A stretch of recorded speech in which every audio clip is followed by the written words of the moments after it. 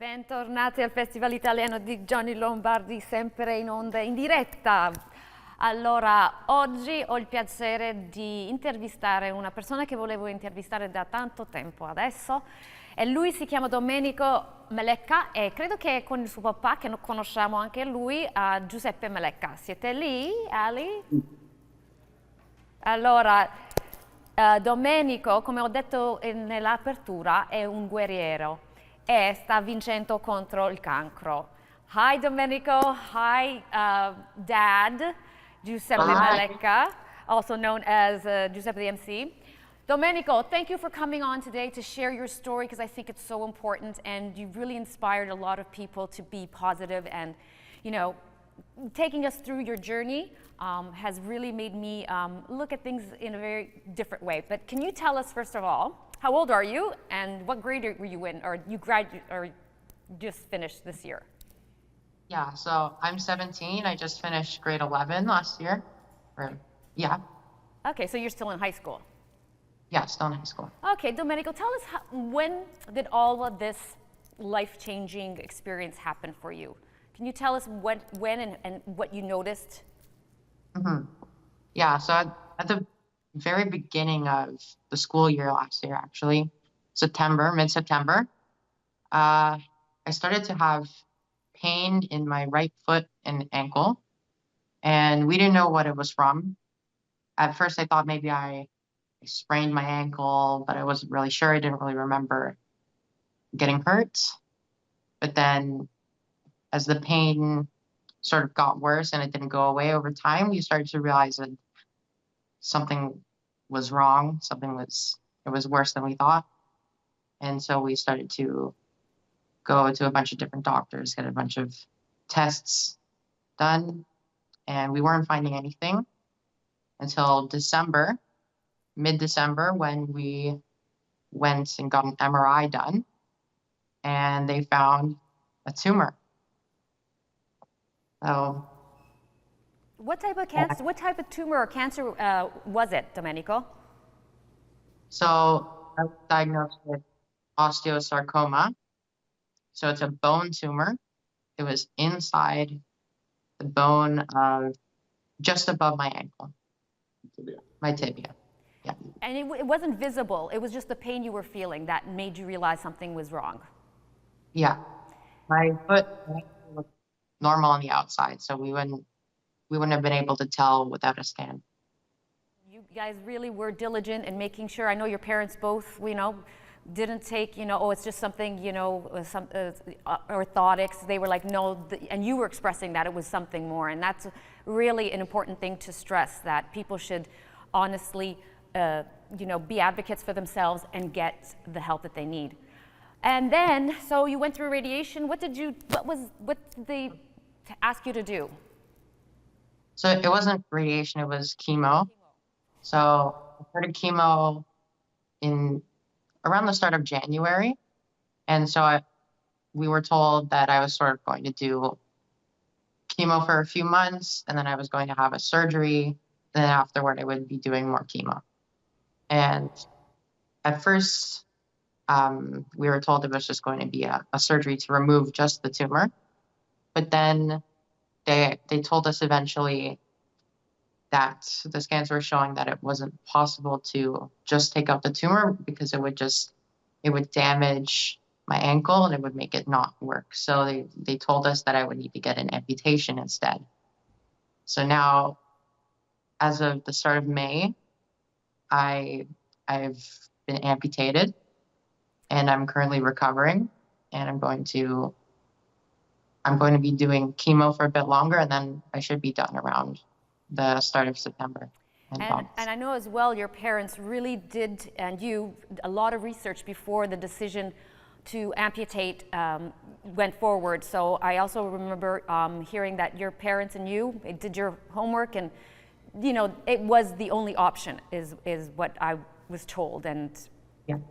So now, Domenico, your humor and telling your story is just so inspiring for all of us. So you decided to get this Instagram account, and so tell me about how you like to tell your story.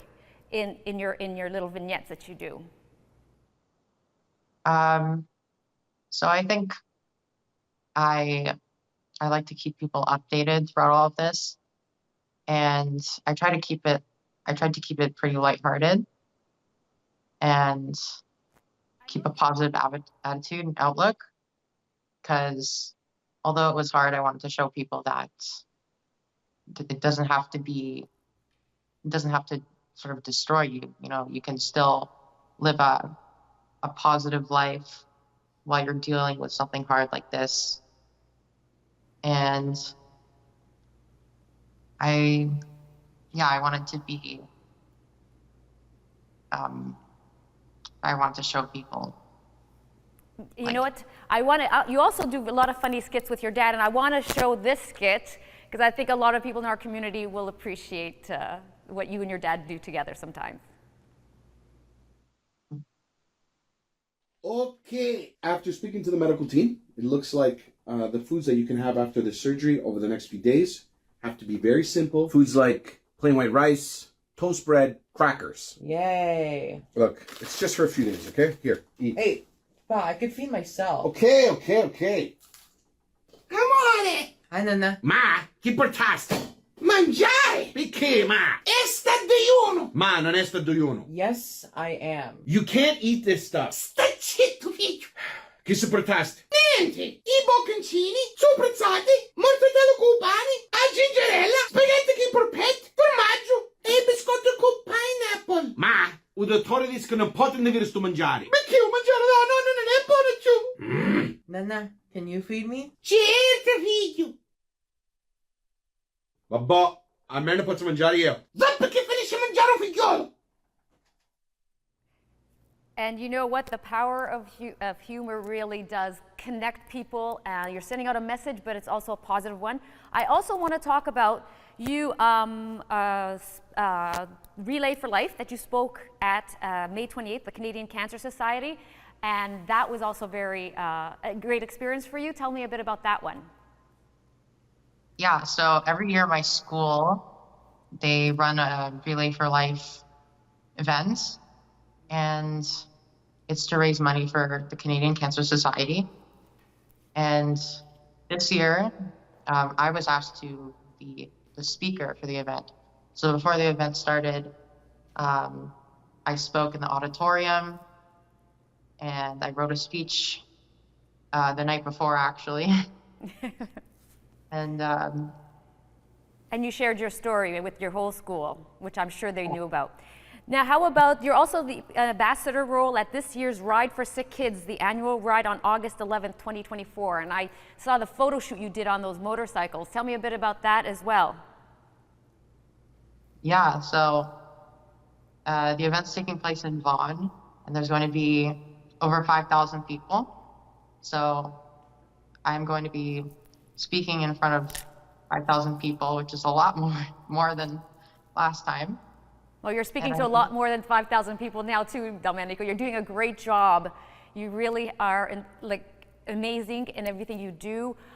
Your courage, your strength, your communication skills are just wonderful. I also know that you have great parents and great siblings and wonderful family, and you know you're getting through this, and we're there with you every step.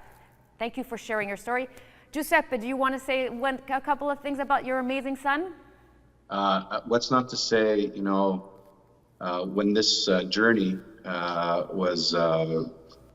when it first came about, in the beginning was obviously very difficult for Domenico the most, and then of course his a mother and myself and our children, our parents and our family. But then there was a switch that was flipped. I think it was the day that we actually shaved his head, where he looked at himself and said, you know what, I'm a beautiful person and I will get through this. And he said, hey, do you mind if I use social media to share my journey? And we're like, absolutely, whatever you feel is best. And he's taken the reins and just, you know, been such an encouragement for so many people. Everywhere I go, They used to stop me and say, "Hey, Giuseppe, you're a really funny guy." Now they say to me, "Hey, Giuseppe, your kid is amazing and such an inspiration." And just we thought that we were supposed to be the courage for him, but he's been the courage for us. So I don't know what else to say, but other than there's no one like him on earth. Oh, you know what? I can see that in everything that he posts. And Domenico, so where can people follow you so that they can continue on this journey? So they can follow me on Instagram at DXM612_. Domenico and Giuseppe, thank you for sharing again. And I look forward to seeing you soon. And un abbraccio forte. And you can always count on a section here. Buona domenica. Buona domenica. Buona domenica. And in speaking, his father said he's a beautiful person. Andiamo a Claudio Villa con questa canzone per Domenico, La cosa più bella.